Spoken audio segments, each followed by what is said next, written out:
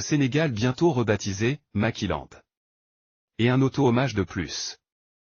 Chaque jour d'ici le 25 février 2024, le peuple sénégalais assistera au délire narcissique d'un dirigeant conscient d'avoir échoué en tout.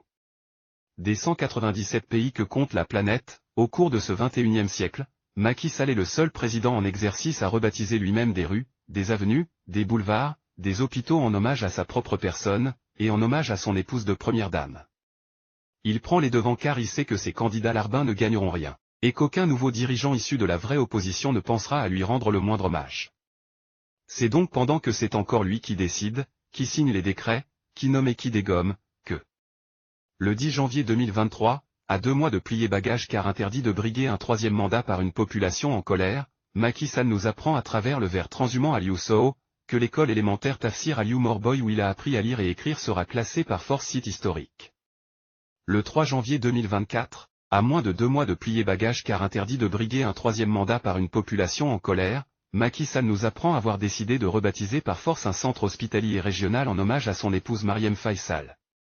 Le 5 décembre 2023, à 3 mois de plier bagages car interdit de briguer un troisième mandat par une population en colère, Macky Sall nous apprend que l'axe 70 du pôle urbain de Diamniadio a été rebaptisé par force en boulevard Macky Sall, en hommage à sa propre personne.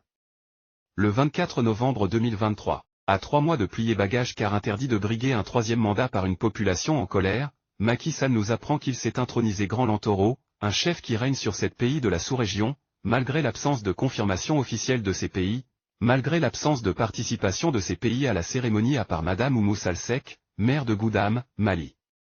En début octobre 2023, à 5 mois de plier bagages car interdit de briguer un troisième mandat par une population en colère, Macky Sall, à travers son beau-frère qui ne perd rien pour attendre, nous apprend qu'un boulevard à Saint-Louis a été rebaptisé par force boulevard Macky Sall en hommage à sa propre personne. En fin octobre 2023, à 4 mois de plier bagages car interdit de briguer un troisième mandat par une population en colère, Macky Sall, à travers l'un de ses courtisans sans scrupules Alioune Diop, nous apprend qu'une avenue du Plateau a été rebaptisée par force en avenue Macky Sall en hommage à sa propre personne. Macky Sall sait mieux que quiconque que jamais un président de la République n'a été aussi impopulaire, aussi détesté, aussi honni que lui. Il sait que durant les 50 prochaines années, tout ce que l'on retiendra de son régime, de la dynastie Faye Sall, c'est la dictature sanguinaire qu'il a instaurée de 2019 à 2024. Les méfaits de son coude protecteur des fossoyeurs de la République. L'invasion sans précédent de la famille à tous les niveaux de la République.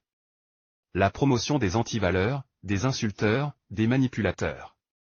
Le « ni oui, ni non », le plus chaotique de l'histoire.